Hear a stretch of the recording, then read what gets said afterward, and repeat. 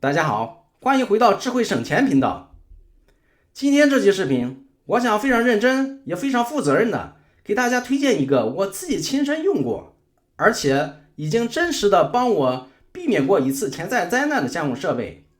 也就是 GoVLife Water Leak Detector。GoVLife 牌子的漏水报警器。我先给出结论，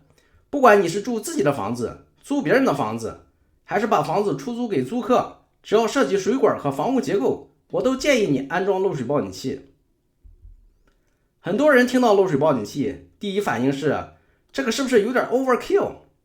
但如果你从一个更理性的角度看，这其实是一个典型的用几十美元去对冲几千甚至上万美元风险的决策。这也是我在智慧省钱这个频道里想讲的逻辑。最聪明的省钱方式往往是花少钱来避免那些一次就能让你破防的大额支出。先说说我为什么会推荐 GoVLife。 不久前我家里发生过一次洗碗机漏水，那次并不是那种立刻就能发现的大量漏水，而是地面慢慢积水。如果当时没有及时发现，后果很可能是地板受损、橱柜泡水，甚至媒体发霉，维修成本和麻烦程度都会成倍增加。幸运的是，我刚安装了没多久的 GoVLife 漏水报警器第一时间发出了警报。我当时正在书房工作，看到手机报警之后，立刻过去查看并处理，成功避免了一次非常严重甚至灾难性的后果。正是这次亲身经历，也让我后来毫不犹豫地开始向身边的人推荐这个产品。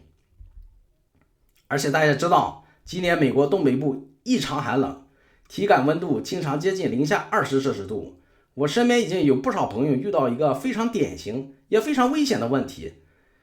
那就是靠近外墙的水管被冻住了。真正让人担心的其实不是被冻住的那一刻，而是天气一旦回暖，水管是否会因为结冰膨胀而出现裂缝并开始漏水。而且漏水这件事很奇怪的是，往往发生在家里没有人的时候，比如白天上班、出差、度假。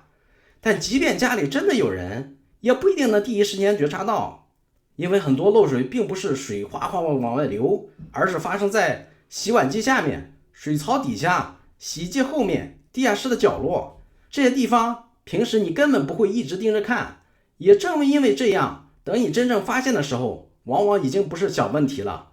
正因为这个原因，我最近又买了一整套 GoVLife 的漏水报警器，帮一个朋友一起安装，提前把风险控制住。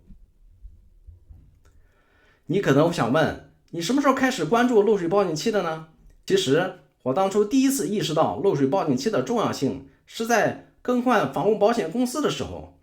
在给我 quote 房屋保险价格的时候，保险公司明确问了我一句，你家里是否安装漏水报警器呢？这让我意识到它的重要性。加上之前的房屋保险公司有免费寄来过一个漏水报警器，就是那种放在自来水总开关上的那种，但是当时家里装修比较乱，没有安装，后来就再也找不到了。所以新的保险公司的这个问题重新引起了我对防漏水的重视。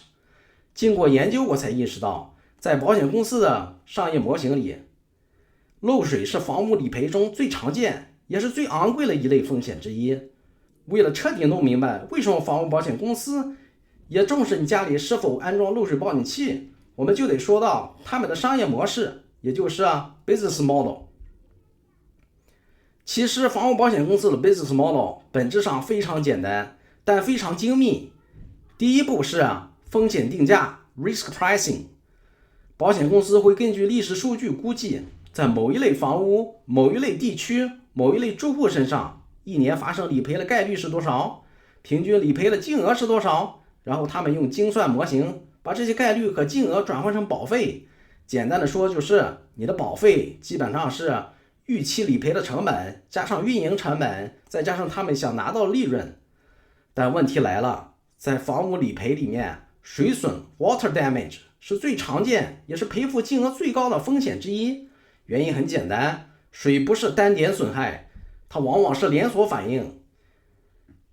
地板泡水、橱柜变形、墙体渗水、霉菌滋生，甚至结构受损，很多理赔案例一赔就是几万美元，严重的甚至十几万。而且漏水有一个特点，它不是突然爆发式发生的，而是慢慢积累的。也就是说，如果能早一点发现，损失就会指数级下降。这就进入保险公司真正关心的第二件事，风险控制 （risk mitigation）。保险公司并不只是被动收钱、被动赔钱，他们真正赚钱的方式是把高风险客户变成低风险客户。如果你家里安装漏水报警器，从他们的精算模型角度看，意味着什么呢？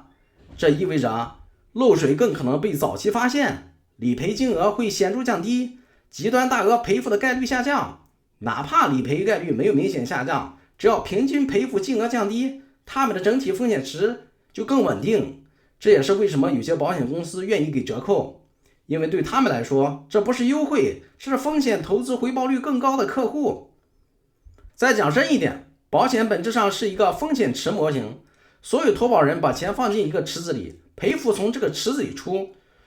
如果出现太多高额理赔，整个风险池都会受到影响，最终保费就会上涨。所以保险公司其实非常鼓励客户做自我风险管理。从这个角度讲，装一套漏水报警器不仅是保护自己，也是在向保险公司传递一个信号，我是一个主动管理风险的房主。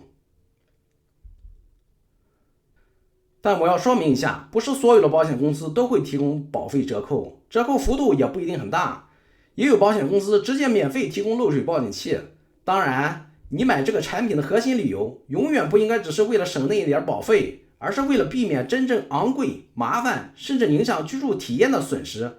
换句话说，这是一种低成本对抗高损失风险的工具。说回产品本身，这是我从亚马逊购买的 GoViLife 第二代漏水报警器。相较于第一代，它有几个比较关键而且是实打实有用的升级。第一，电池寿命长达5年，这意味着你装好之后基本上可以长期忘记它的存在，真正实现 set it and forget it， 但它会在关键时刻提醒你。第二，一个系统最多可以连接100个 sensor， 具有很强的扩展性，这点非常重要。不管你是小型公寓、独栋别墅、多层住宅，甚至是商业空间，比如办公室、诊所、店铺，同一个系统都可以覆盖基本上任何空间。第三，它支持同时多渠道报警，包括手机推送、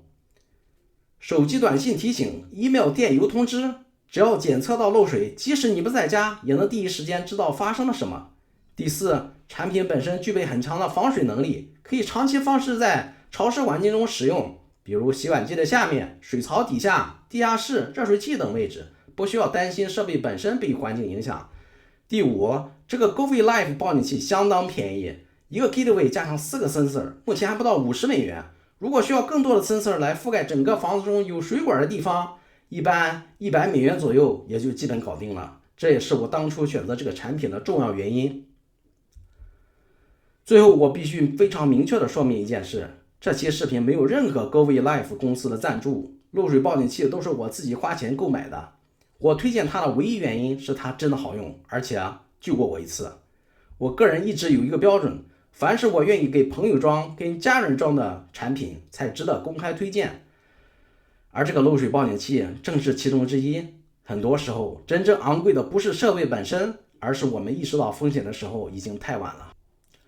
可能你还会问我，安装漏水报警器算不算智慧省钱呢？我的答案非常明确，算，而且是非常典型的一种。因为真正聪明的省钱是让生活更安心，而不是每天提心吊胆。这也是智慧省钱轻松生活这个频道想跟大家分享的核心理念。如果你觉得这些视频对你有帮助，欢迎点赞订阅，也可以转发给身边需要的朋友。这个智慧省钱频道是基于我自己多年的北美日常生活和营销研究工作，分享简单、实用、高效的省钱策略。如果你对这个 GoViLife 漏水报警器感兴趣，为了方便大家，我在视频下方为大家提供了 Amazon 的链接，可以直接购买。感谢观看本期视频，我们下期再见。